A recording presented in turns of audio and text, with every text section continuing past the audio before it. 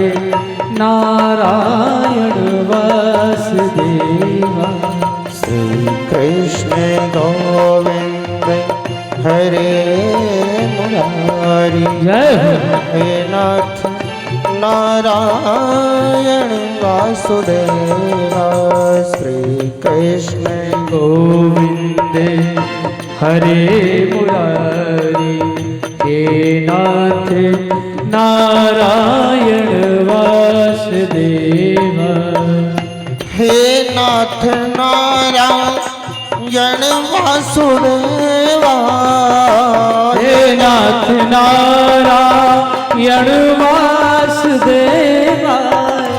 हे नाथ हे नाथ हे नाथ नारायण वासुदेवा। हे नाथ नारायण वासुदेवा। हे नाथ नारायण वासुदेवा। हे नाथ नारायण वासुदेवा। हे नाथ नारायण वासुदेवा। हे नाथ नारायण वासुदेवा। श्री कृष्ण गोविंद हरे मुरारी। हे नाथ नारायण वासुदेवा। श्री कृष्ण गोविंद हरे मुरारी। हे नाथ नारायण वासुदेवा। श्री हरि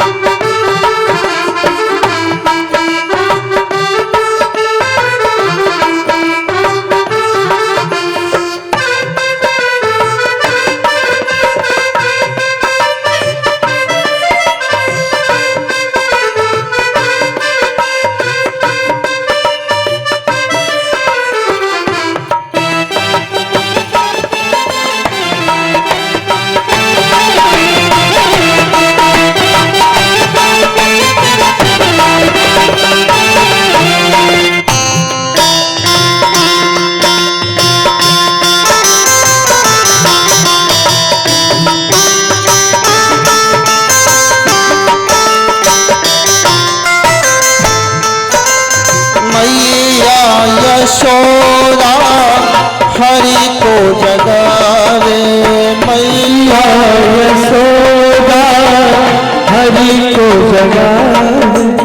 मैया यशोदा मैया यशोदा हरि को जगावे।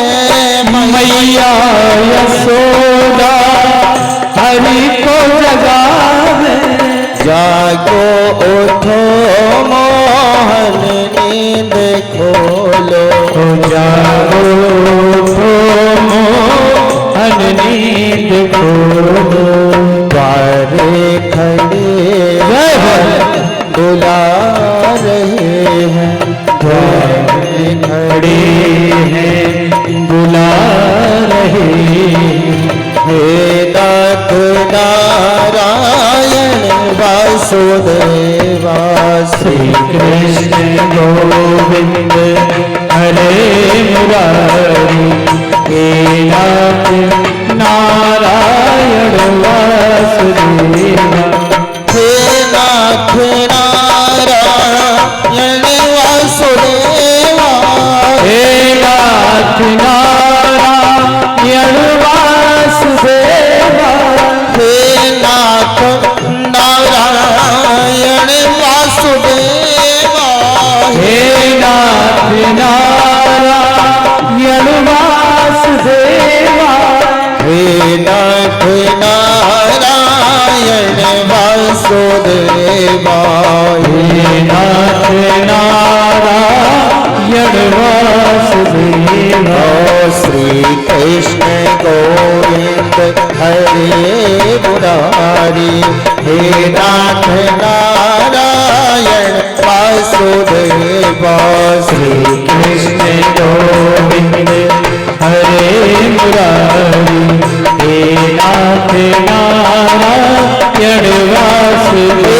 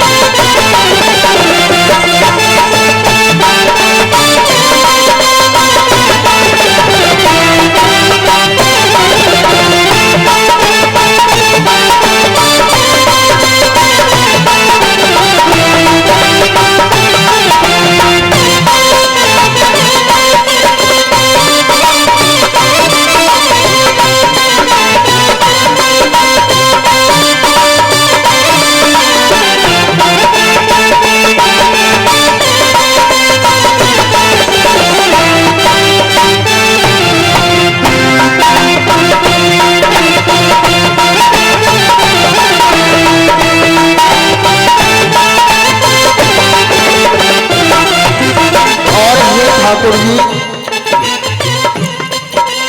गोविंद मेरी यह प्रार्थना है, गोविंद मेरी ये प्रार्थना है, गोविंद मेरी हाँ गोविंद मेरी यह प्रार्थना है, गोविंद मेरी ये प्रार्थना है। भूलो नहीं मैं कभी नाम तेरा, भूलो कभी नाम तेरा, भूलो कभी नाथ ना नाम तेरा, भूलो कभी नाम तेरा। निष्काम हो के निष्काम हो मैं दिन रात गाऊं, हे नाथ नारायण वासुदेव, श्री कृष्ण गोविंद हरे मुरारी हे नाथ नारायण वासुदेव। हे नाथ नारायण वासुदेवा, हे नाथ नारायण वासुदेवा, हे नाथ हे नाथ हे नाथ नारायण वासुदेवा, हे नाथ नारायण वासुदेवा, हे नाथ नारायण वासुदेवा, हे नाथ नारायण वासुदेवा। श्री कृष्ण गोविंद हरे मुरारी, हे नाथ नारायण वासुदेवा, श्री कृष्ण गोविंद हरे मुरारी हे नाथ नारायण वासुदेवा, हे नाथ नारायण वासुदेवा,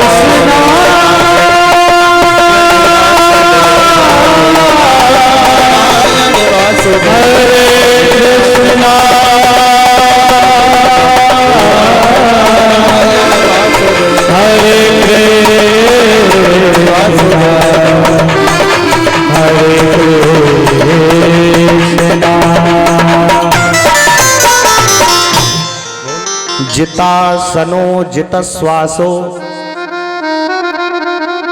जित संगो जितेन्द्रियः,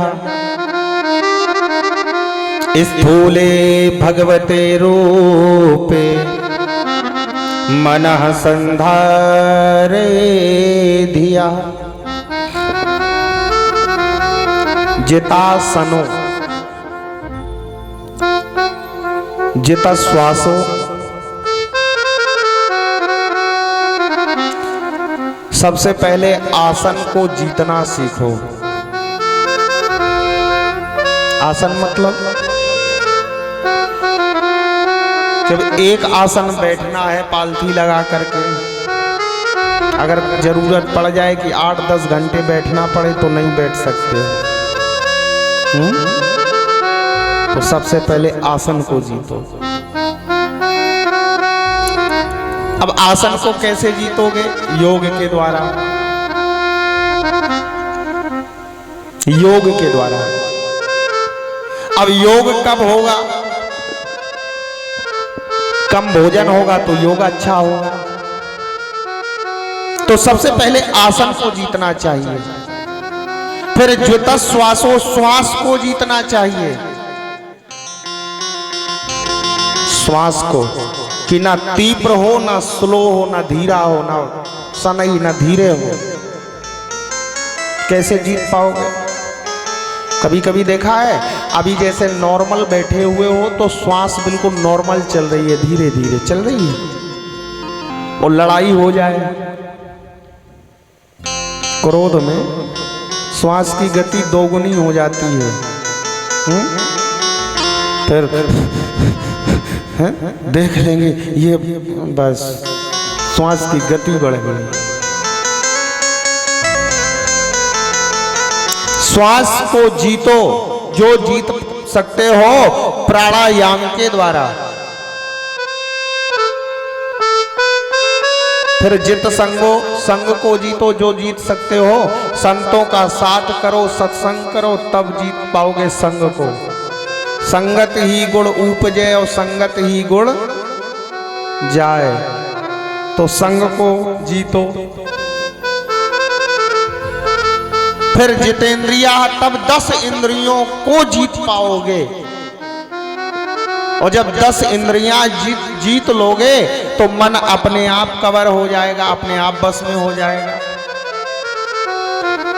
जब मन वश में हो जाए, फिर स्थूले भगवते रूपे, छोटे से छोटे स्वरूप में और बड़े से बड़े स्वरूप में भगवान का दर्शन करो कि भगवान सब में है।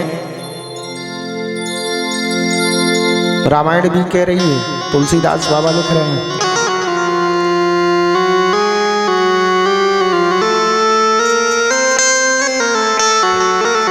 क्या लिख रहे हैं? किसे ये राम में सब जग जानी, हो करहूं प्रणाम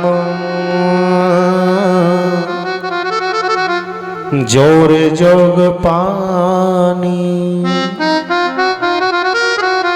भगवान भी कह रहे हैं ये संसार भगवान का है, हम तो केवल उसके बेटा बेटी हैं।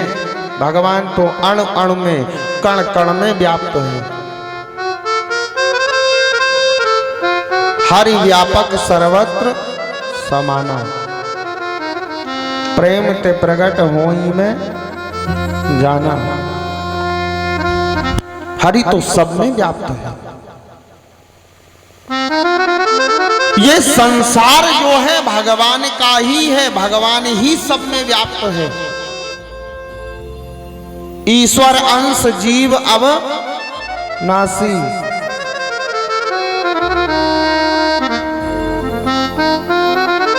फिर ये हमारा छोटा बड़ा बात आ गई तो कह दे कि महाराज ब्राह्मण क्षत्रिय वैश्य शूद्र ये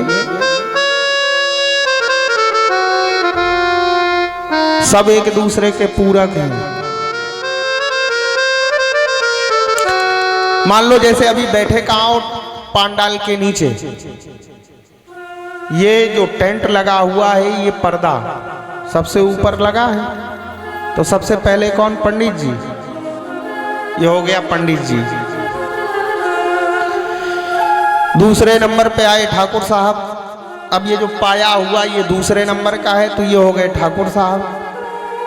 फिर इसमें एक सपोर्ट के लिए, सहारे के लिए एक रस्सी बांधी जाती है कि हवा ना आ जाए, उड़ ना जाए,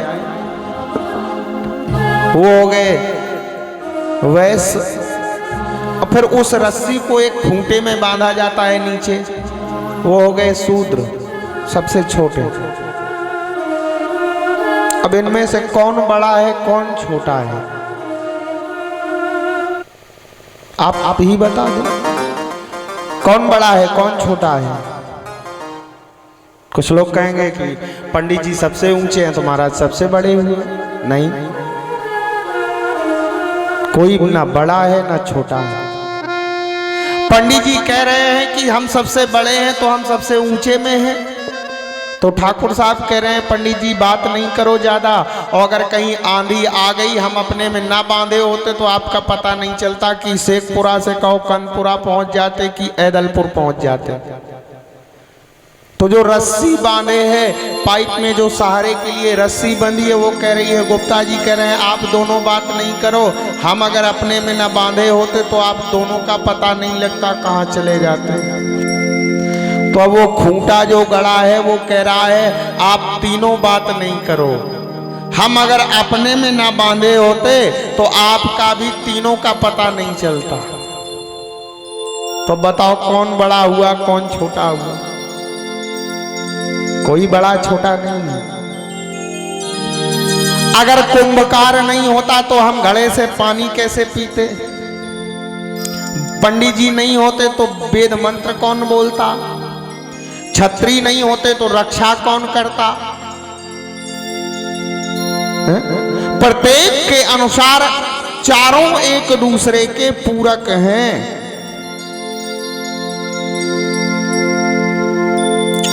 परीक्षित जी ने पूछा कि महाराज और ये सृष्टि, तो महाराज सृष्टि की उत्पत्ति कैसे हुई? अब प्रश्न होना प्रारंभ हो गया। तो भगवान ने बताया कि सबसे पहले इस सृष्टि में कुछ नहीं था, जल ही जल था।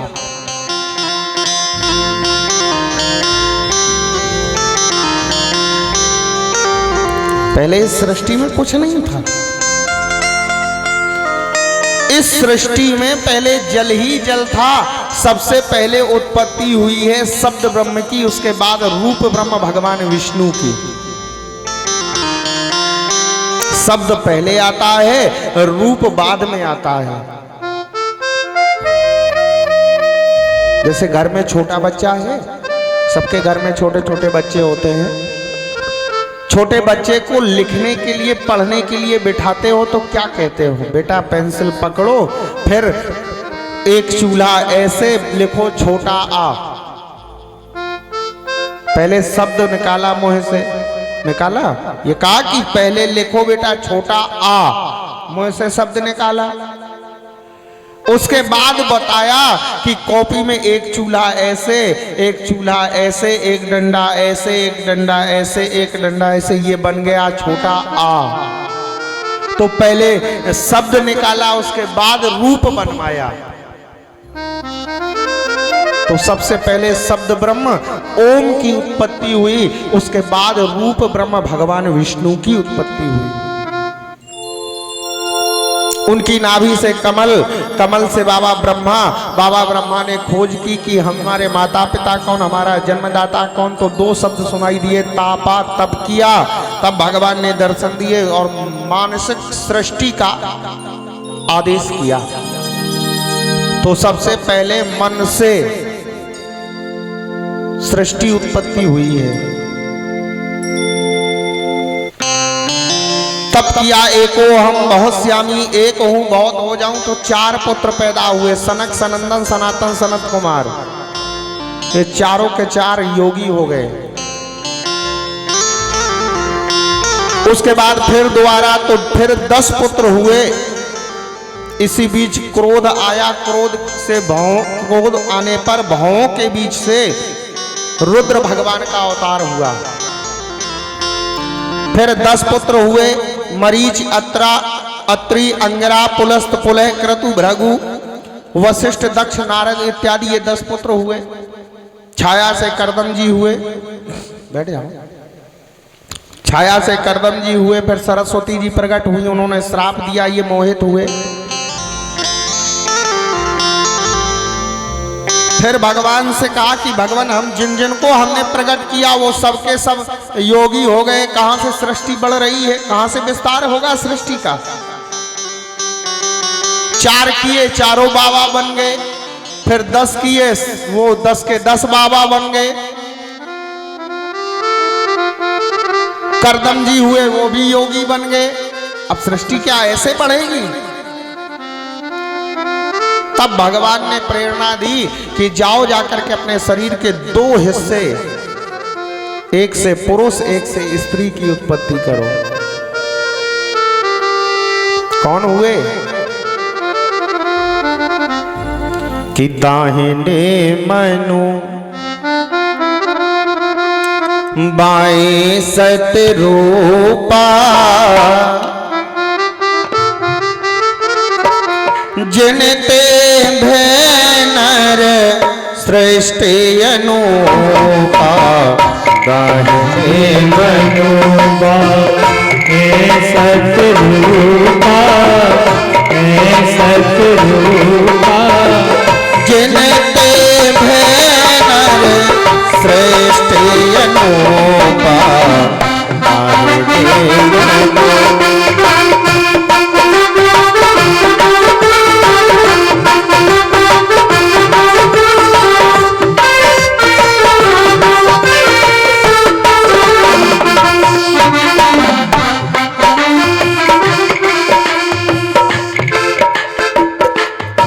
बेटा प्यारे, 2 फिर उत्पत्ति हुई, मनु और शत्रुपा। अब जब मनु और शत्रुपा जी प्रकट हुए, देखा कि सब जगह जल ही जल है। महाराज आप हमारे जन्मदाता हैं, माता पिता हैं, हमारे लिए सेवा आदेश, जाओ जाकर के सृष्टि का विस्तार करो। महाराज सृष्टि का विस्तार तो करें, मगर गृहस्थ आश्रम में मर्यादा होती है, और यहां तो कुछ दिख नहीं रहा। मर्यादा घर हो तब जाकर के मर्यादा, अब यहां तो जल ही जल दिख रहा है, क्या करें? ब्रह्मा बाबा के नासिका के छिद्र से देखते ही देखते बाराह भगवान का अवतार हो गया। बोल बाराह भगवान की जय। भगवान ने बाराह का अवतार ले लिया, गए और जाकर के रसातल से हिरण्याक्ष का वध किया और पृथ्वी को ला करके सौंप दिया। मनु और शत्रुपा के 5 संतान हुई, आकुति, देवहूति, प्रसूति, उत्तानपाद और प्रियव्रती। ये 5, 2 बेटा 3 बेटी। इन्हीं से ये सारा संसार भर गया है। पूछा महाराज ये हिरण्याक्ष कौन है? इसका भगवान वध करके आए, उद्धार करके आए। कहा ये हिरण्यकश्यप का भाई है। महाराज ये कौन है? कहा ये दिति और कश्यप जी की संतानें हैं। महाराज ये राक्षस योनि में कैसे आए? कहा महाराज ये जय और विजय हैं। कौन? भगवान के द्वारपाल। तो महाराज ये जय विजय ये राक्षस योनि ये कैसे आए फिर इस अवतार में? कहा महाराज इनको श्राप मिला है। किसका? कहा चारों ऋषि कुमारों का, सनक, सनंदन, सनातन, सनत कुमार का। क्यों मिला, कैसे मिला?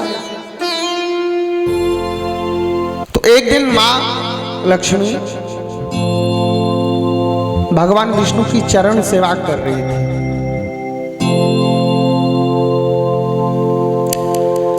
चरणों को दबाती हुई मां ने सोचा कि हमारे भगवान श्री हरि तो बड़े कोमल हैं, और ये जो दरवाजे पे द्वारपाल हैं ये बड़े हट्टे कट्टे हैं, मोटे ताजे हैं। अगर किसी दिन इनका दिमाग घूम गया तो धोखे से अगर हमारे भगवान पर प्रहार कर दिया तो इनकी तो दुर्दशा हो जाएगी।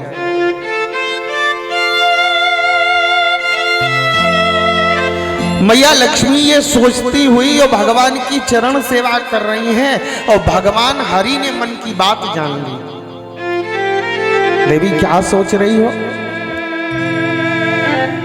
कुछ नहीं महाराज, हम कुछ नहीं। अरे कुछ तो सोच रही हो, बात क्या है? बात बताओ। महाराज बात आई ऐसी है, मन में जो था वो बता दिया।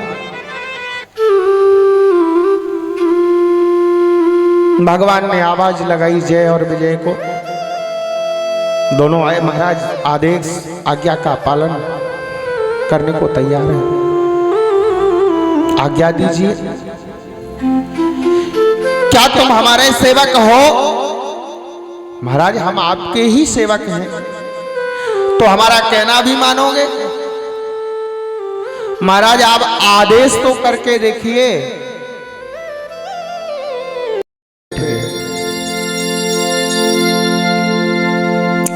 जब गंगा मैया के किनारे आकर के बैठ गए और संकल्प ये रखा कि जो 7 दिन में मरने वाला हो उसको कौन सा कर्म करना चाहिए, क्या करना चाहिए, क्या करना चाहिए। अनेकानेक संत महात्मा ऋषि ब्राह्मण सब आए, सबने कहा, किसी ने कहा महाराज सच्चंडी करवा लो, किसी ने कहा यज्ञ करवा लो, किसी ने कहा महामृत्युंजय करवा लो। लेकिन मन में संतुष्ट मन को करने वाली बात किसी ने नहीं कही।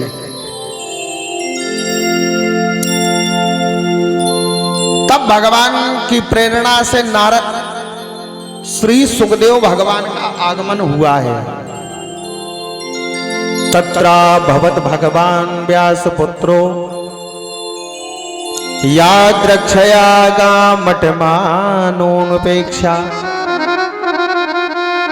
श्री सुखदेव भगवान का आगमन हुआ।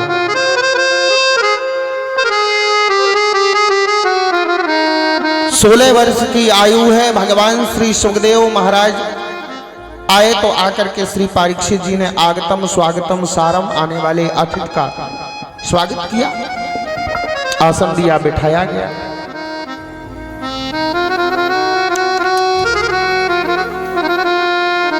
तो सुखदेव भगवान के समक्ष सामने परीक्षित जी ने अपने पापों का बखान कर दिया कि महाराज मैंने एक ऋषि के गले में मरा हुआ सर्प डाल दिया था और मुझे श्राप मिला है कि 7 दिन में मेरे को आकर के तक्षक डस लेगा, उसी से हमारी मृत्यु होगी मेरी। और महाराज अगर इस मृत्यु से बचने का कोई उपाय हो तो आप बताएं।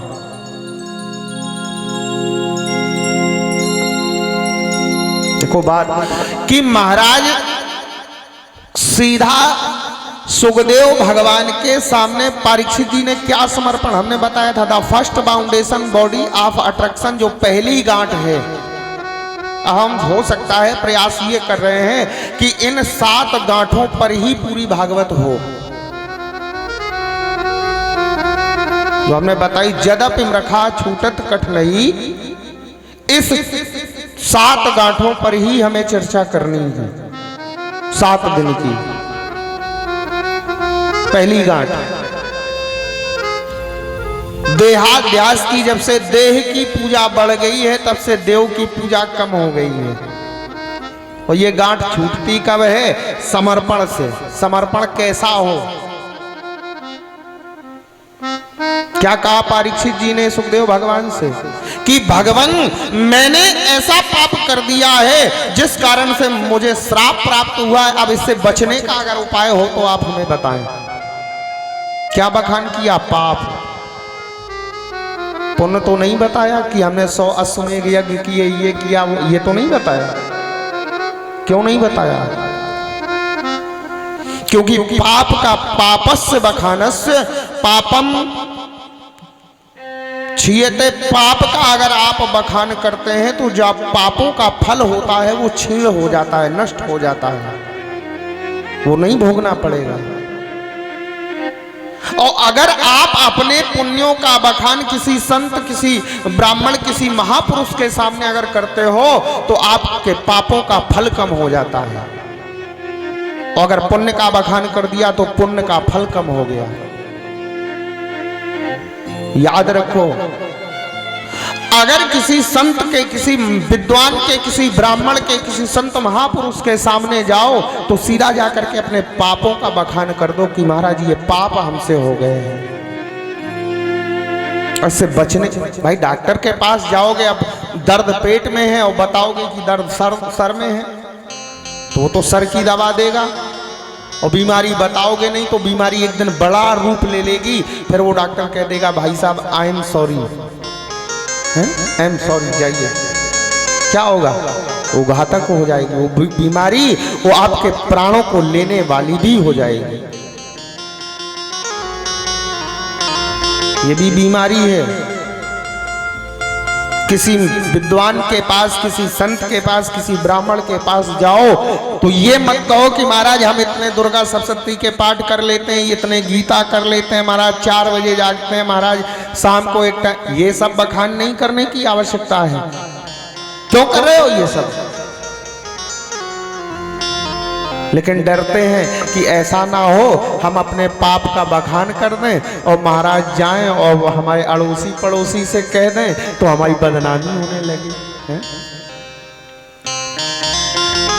मतलब पड़ोसी से बदनामी के लिए डर रहे हो, मगर उस परमात्मा से नहीं डर रहे हैं। वो नहीं देख रहा, अरे वो तो परमानेंट देख रहा है। सुबह शाम सोते जागते उठते बैठते, कोई देखे चाहे नहीं देखे, मगर उसकी डायरी में है मेरी मालिक की दुकान में सबका जीवन खाता। उसकी दुकान में हम सब ग्राहक हैं और उसके बही खाता में एक भी पल का लेखा जोखा ऐसा नहीं है जो ना लिखा हो। संसार से डरने की आवश्यकता नहीं है। अगर डरना है तो उस परमात्मा से, उस भगवान से डरो जो हमेशा एक एक पल एक एक क्षण की बात को देख रहा है। याद रखो, अगर संत के पास जाओ, ब्राह्मण के पास जाओ, महाराज हमसे पाप हो गया है, हमारे इस पाप का निवारण कर दो, ये भाव होना चाहिए। परीक्षित जी भी तो कह सकते थे कि महाराज हमने यज्ञ किए, हमने अनुष्ठान किया, हमने ये किया, हम चक्रवर्ती सम्राट थे, लेकिन ये कुछ नहीं कहा, सीधा अपने पाप का बखान किया। आज अधिकारी गुरु को अधिकारी शिष्य प्राप्त हो गया और अधिकारी शिष्य को अधिकारी गुरु भी प्राप्त हो गया। प्यारे भगवान श्री सुखदेव भगवान बैठ गए, परीक्षित जी ने आसन ग्रहण किया। सुखदेव भगवान ने कहा, राजन श्वास श्वास पर कृष्ण भज, और वृथा श्वास जन खोय,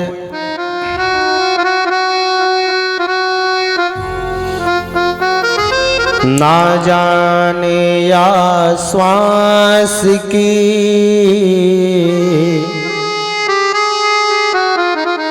आवन होय ना होय। राजन श्वास श्वास पर कृष्ण भजी, एक एक सांस में भगवान का नाम लेना चाहिए। सांस ऊपर जाए तो राम, नीचे जाए तो राम, क्योंकि पता नहीं है कि ऊपर वाली ऊपर रह जाए कि नीचे वाली नीचे रह जाए, हैं? राजन एक एक श्वास को भगवान में बना दो, भगवान के नाम में बना दो। ये नहीं कह रहे हैं कि काम नहीं करो। गृहस्थ आश्रम सबसे बड़ा आश्रम है। क्यों बड़ा है? इसी गृहस्थ आश्रम में भगवान भी आए हैं। आए हैं कि नहीं? भगवान ने जितने भी अवतार लिए हैं, बिना गृहस्थ के अवतार ही नहीं लिए। राम आए तो दशरथ कौशल्या गृहस्थ आश्रम में आए, कृष्ण आए देवकी वसुदेव के घर आए तो गृहस्थ आश्रम में आए, कपिल भगवान आए तो महाराज कर्दम और देवहूति के गृहस्थ आश्रम में आए। कोई भी देख लो। मगर जानते हो, गृहस्थ आश्रम में रहते हुए, घर परिवार की व्यवस्था देखते हुए, सबको देखते हुए और मन परमात्मा में लगा रहे। इसलिए गृहस्थ आश्रम बड़ा है। ये नहीं कि भागवत यहाँ हो रही है, मन रखा है खेत में, पाइप पड़े हैं ट्यूबवेल के, आज नहीं हम इकट्ठा कर पाए, धूप निकली अब चले जाएं और भागवत शुरू हो गई है?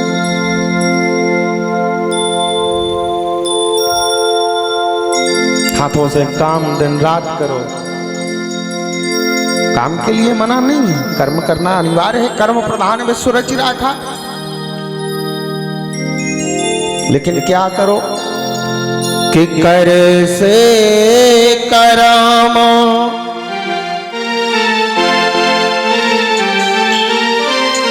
करो विधि नाना, कर से करम करो विधि नाना, कर से करम करो विधि नाना, कर से कर्म करो विधि नाना, मन राखो जहाँ कृपा निधाना, मन राखो कृपा निधाना, मन राखो जहाँ कृपा निधाना, मन राखो जहाँ कृपा निधाना।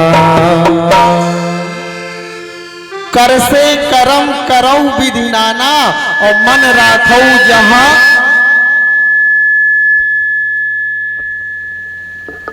कर से करम करो विधि नाना, और मन राखो जहाँ कृपा निधाना। ये रामायण में चौपाई नहीं है।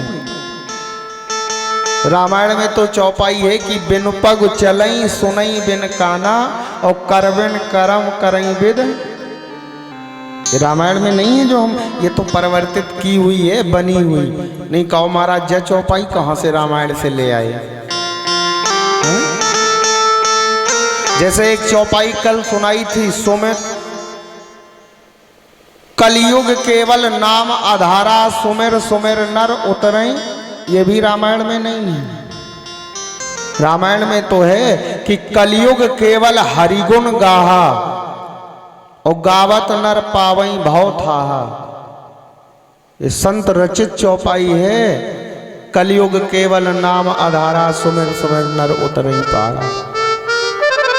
ऐसे ही ये करबिन करम करो विधि नाना, और मन राखौ जहाँ कृपा निधाना। भैंस की सानी करो, भूसे में हाथ डालो और बस वहीं सीताराम सीताराम सीताराम सीताराम सीताराम है। भोजन प्रसाद बनाओ, रोटी बेलती जाओ, राधे राधे हरिओम नारायण नारायण नारायण है? देखो करके आने। लेकिन नहीं, अब तो रोटी बेल रहे हैं और न माने हम। अब मन में पता चला का क्रोध जगा। अब जब क्रोध जगा तो भोजन में प्रभाव काहे का पड़ेगा? क्रोध का है। और भगवान का नाम अगर लेते हुए भोजन बना तो वो भोजन प्रसाद बन जाता है। वो भोजन प्रसाद के स्वरूप हो जाता है, तो उस भोजन का प्रभाव भी बदल जाता है। और जब उस भोजन का प्रभाव बदल जाता है तो फिर विचार भी बदल जाता है, और कर्म भी बदलेगा। और कर्म बदलेगा तो महाराज फिर पाप और पुण्य में से दोनों भी होंगे। अगर कर्म अच्छा हुआ तो पुण्य होगा, और कर्म अगर खराब हुआ तो पाप होने लगेगा। और जब दोनों में से होगा तो फिर फल प्राप्त होगा। अगर कर्म अच्छा होगा तो कर्म फल भी अच्छा होगा, और कर्म बुरा हुआ तो फल भी बुरा होगा।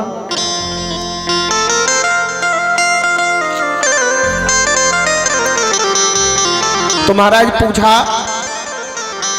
परीक्षित जी ने कहा महाराज ये मन तो बड़ा चलायमान है, मन को स्थिर कैसे करें? मन सृष्टि में सबसे तेज गति है मन की। जैसे सूर्य के प्रकाश की गति 2,80,000 किलोमीटर प्रति सेकेंड है प्रकाश की गति।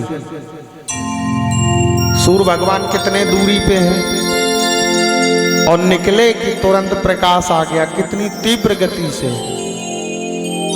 उसके बाद ध्वनि की भी गति बहुत है, 1,36,000 किलोमीटर प्रति सेकेंड।